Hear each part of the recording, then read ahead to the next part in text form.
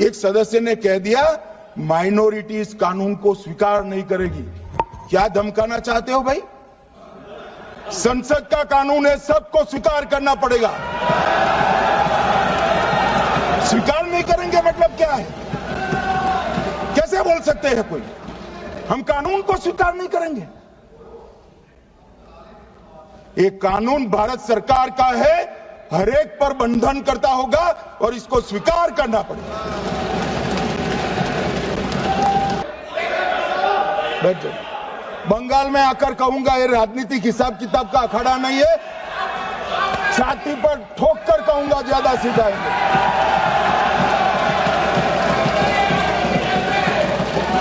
मान्यवर 2013 के, अरे बैठ जाओ वकील साहब बैठ जाइए। मान्यवर 2013 में वो भी रिपीट होने वाले हैं। मान्यवर 2013 में बैठ जाओ। मान्यवर 1913 से लेकर 2013 तक 1913 से 2013 तक वक्फ बोर्ड का कुल एकड़ में भूमि सब वक्फ का मिलाकर 18 लाख एकड़ था। मेरी विनंती है सभी सदस्य इसको ध्यान से सुनिए। 1913 से 2013 तक 18 लाख एकड़ और 13 से 25 तक एक कानून बनने का परिणाम क्या आया? और नई 21 लाख एकड़ भूमि बढ़ गई। अब मान्यवर 39 लाख एकड़ जो भूमि है उसमें 21 लाख एकड़ 13 के बाद है। अब ये कह रहे हैं कि इसका दुरुपयोग नहीं हो रहा है।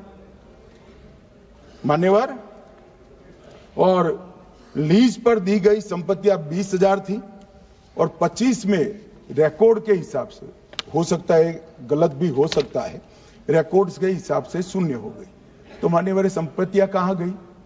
मान्यवर बेच दी गई। किसकी संपत्ति से, किसकी परमिशन से बेचा? मान्यवर मैंने पहले ही कह दिया कि केरल और देश भर के Catholic bishop council, Catholic bishop conference of India, Catholic Congress Kerala, भारतीय कैथोलिक धर्मगुरुओं की महासभा, केरल चर्चों की संयुक्त परिषद, कैथोलिक कांग्रेस केरला, ये सब ने इस बिल का समर्थन करा है और कहा है अन्यायी 2013 का सुधार। हम अकेले नहीं कह रहे मान्यवर। और मान्यवर इसी एक्ट में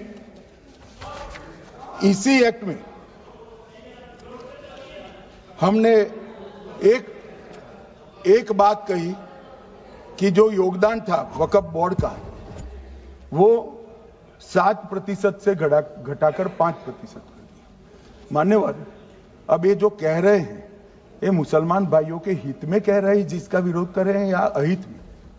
अगर 7 से 5% हमने कम किया तो कहां जाएगा? वो वक्फ में रहेगा। वक्फ बोर्ड का कम किया है। जो मस्जिद चल रही है उसको हमने 2% बढ़ाया है। ये उल्टा समझ रहे हैं मान्यवर। ये बिल जमीनों की सुरक्षा प्रदान करेगी। मान्यवर किसी की जमीन अब घोषणा मात्र से वक्फ नहीं बनेगी, उसको प्रोटेक्शन। मान्यवर पुरातत्व विभाग और एएसआई की जमीन को हम सुरक्षा देंगे। आदिवासी भाइयों की शेड्यूल 5 और शेड्यूल 6 की जो जमीन है वो सुरक्षित हो जाएगी। निजी संपत्ति जो आम नागरिकों की है वो भी सुरक्षित हो जाएगी। और वक्फ करने के लिए स्वामित्व को दान तो साहब अपनी संपत्ति का ही कर सकते हैं, गांव की संपत्ति का दान नहीं कर सकते। तो वक्फ निजी संपत्ति से ही